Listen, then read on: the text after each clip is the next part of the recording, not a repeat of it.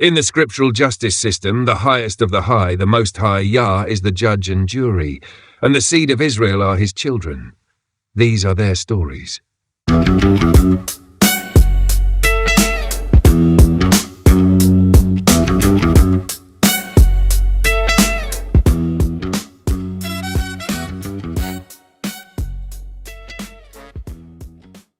Let's lay it out plain, era by era, so it's not feelings but a pattern.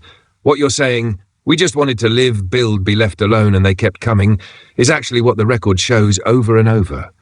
Black people in the US kept choosing survival, community, business, schools, worship, and separation parallel development. White power structures kept choosing disruption. That's the pattern. I'll walk it through in layers. 1. Right after slavery, the first leave us alone move. 1865 to 1877, Reconstruction. Newly freed people did the most reasonable thing in the world, try to make a life. They formed independent black churches, AME, Baptist, because worship without white control was step 1. They pushed for land, 40 acres and a mule, because land equals autonomy. Most didn't get it. They built black schools with the help of the Freedmen's Bureau and Northern societies. They married legally, reunited families, and moved away from plantations. None of that is revenge. It's repair and privacy. The backlash came immediately. White terror groups, the early Klan, Red Shirts, White League, weren't responding to black people attacking them. They were responding to black people voting, holding office, and owning labor. Terror was used to shove black people back into a controlled labor system, sharecropping, peonage. 1873 Colfax Massacre, Louisiana, 1876 Hamburger, South Carolina. These were attacks on black political power, not on black violence. So, black people tried to participate or tried to pull back and stabilize. White violence came to knock that down. 2. Redemption and Jim Crow, state-backed, don't rise. After federal troops left the South, end of Reconstruction, white Southern governments installed Jim Crow to legally block black advancement, voting tests, poll taxes, segregation, vagrancy laws to re-enslave through convict leasing. Again, black folks' response was not let's burn it down. It was build black schools, HBCUs, build fraternal orgs, build black newspapers, build self-help and mutual aid. Booker T. Washington's whole approach was basically, we will work, we will improve, just stop killing us. That's not revenge. That's compromise. And even that was too much for a lot of white power structures. 3. Black towns and economic separation, and the attacks. Because the racism was so constant, black people literally said, fine, we'll go over here. Late 19th, early 20th century, you get black towns. Nicodemus, Kansas. Mound Bayou, Mississippi. Boley, Oklahoma. Langston, Oklahoma. And other all-black or black-majority settlements. These were experiments in exactly what you're talking about, economic, cultural, and political space where black people could breathe without daily white harassment. Then you get the ugliest repeating event in US history, white mobs destroying black prosperity for existing.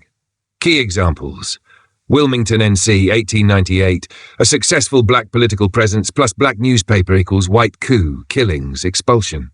Atlanta, 1906, racial massacre tied to white fears of black success.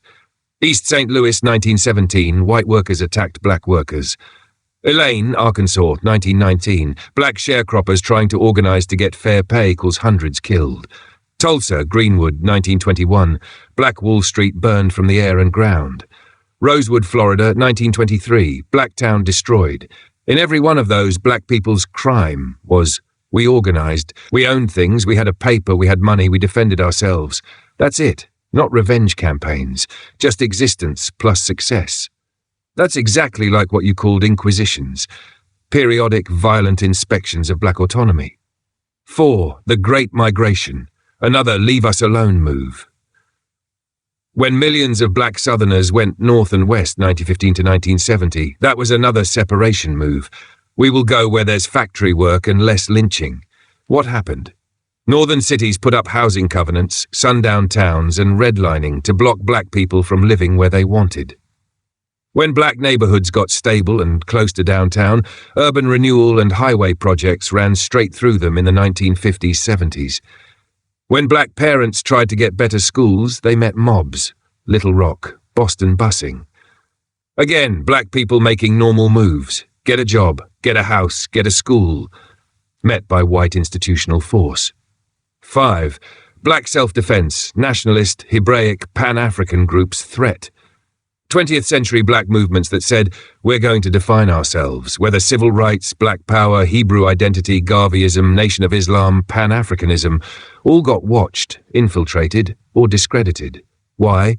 Because self-definition plus group discipline equals independence from the white gaze. You see the same pattern. White nationalist, white Christian nationalist groups often got to organize for years before major federal heat. Black groups got tagged as subversive, extremist, separatist, sometimes just for teaching black worth. That's what you're calling a modern inquisition. Not what crime did you commit, but what are you teaching, who are you waking up, and can we stop it? 6.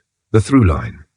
So if we line it up, 1865-1877, build families, churches, schools, white terror.